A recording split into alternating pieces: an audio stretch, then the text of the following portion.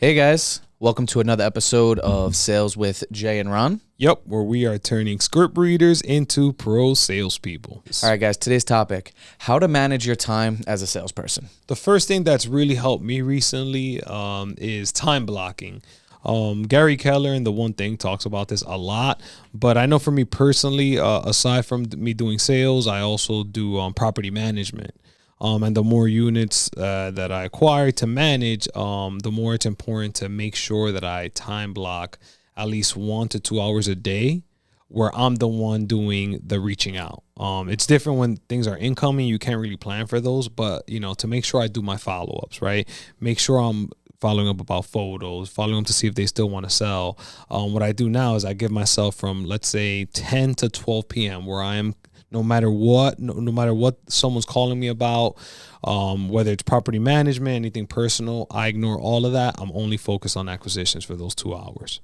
Yeah, guys, it's a great tactic just to give yourself a little bit of forced time to kind of get stuff done. The next thing that I feel like goes hand in hand with that is prioritizing. And that goes back to another thing Gary Keller tells you in The One Thing, where it's pretty much that there's not just one priority. You're going to have multiple things that are important, and then just making sure you understand which ones are the most important and getting those things out of the way first. So an example, if I have a closable deal that I know that I'm working on that I can close, that's my most important follow-up. That's the thing I'm working on first. I'm running that analysis. I'm making sure everybody's on the same page that can we buy it or not before I do anything else with my day. So it's just prioritizing your leads and what you're supposed to do every single day. And that would be the one thing, right? The one thing that you need to do that day for Jagger was to follow up with that closable deal before anything else, because that was the most important thing. So definitely.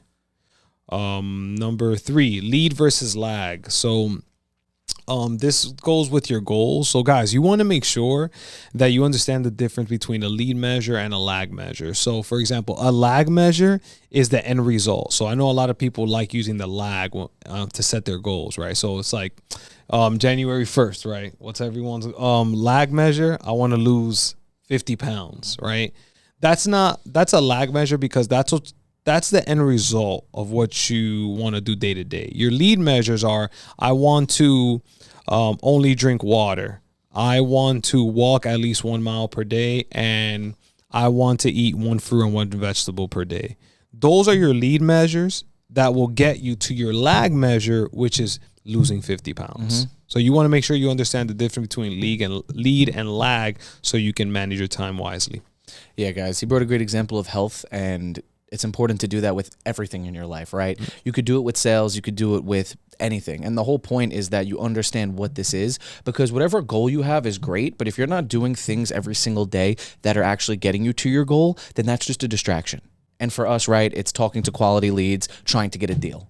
That's the most important thing. So whatever business you're in, just making sure you understand the difference is really going to help you, I feel like, grow exponentially in sales. Yep. Oh, one other thing I wanted to touch on. Don't do too much. Oh, my God, yeah. Guys, for real, Ronnie time blocks 2 hours a day and then deals with incoming calls while he's doing other parts of the business. That's great, but he makes sure he knows what he has to get done and he's there for it. Myself, I like to time block 3 or 4 hours a day just for listening to podcasts about sales, reviewing my older leads, listening to calls, and then, of course, follow-ups and all these things that are getting to my one thing of getting deals. But just make sure you don't do too much. Anybody who's doing 8 to 10 hours a day of sales, you're going to burn out. And if you're cold calling for 10 hours a day, you're probably going to burn out. So just make sure you actually time block correctly, or it's really not going to do too much for you. Yeah. And if you guys want to learn about being a better communicator, since this kind of plays hand in hand, just click this video right here and we'll go from there. Boom. Solid. Boom.